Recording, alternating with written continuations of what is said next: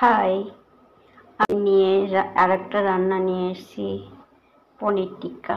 এই দেখো, আমি আলু কেটে কেটে রেখেছি, পনিরগুলো চৌকো চৌকো করে কেটে রেখেছি। এটা আমার মশলা।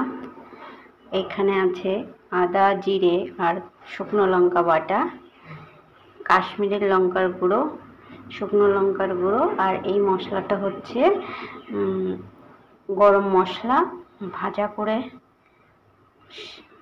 গুঁড়ো করা। হয়ে গেছে, তেলটা দিয়ে দিচ্ছি।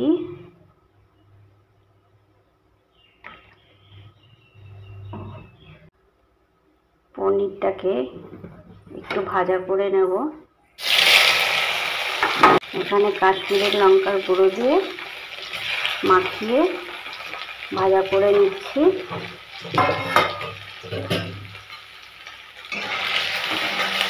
এই দেখো, পনিরটা আমার হয়ে গেছে ভাজা। আমি এখন আলুটাকে ভেজে নেব।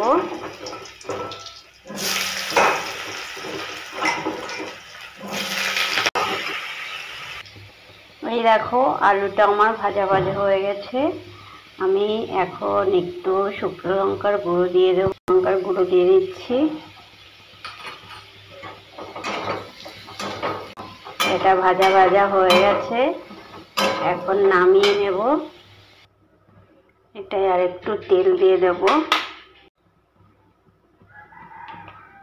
গরম হয়ে গেছে, এখন দিয়ে দেব গোটা জিরে, দিয়ে দেব শুকনো লঙ্কা, এখন দিয়ে দেব আলুটাকে।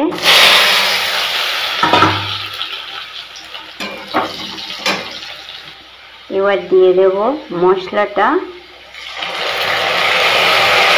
আদা, জিরে, শুকনো লঙ্কা বাটা।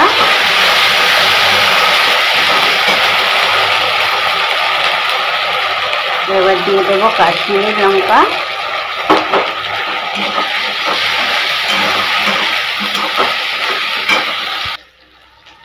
এবার দিয়ে দেব লবণ, স্বাদ মতো লবণ, যে যেরকম লবণ খাবে।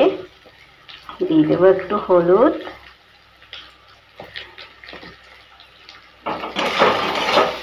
কষা হয়ে গেছে,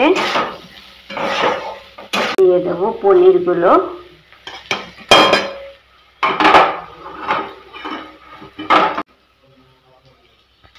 এবার দিয়ে দেবো জল, যে যেরকম পরিমাণ মতো জল দেবে। এই দেখো, জল দিয়ে দিয়েছি। এখন জল জাল হলে নামিয়ে দেব। এই দেখো, আমার রান্নাটাও হয়ে গেছে। আমি এখন ভাজা করে গরম মশলাটার গুঁড়োটা দিয়ে দেব।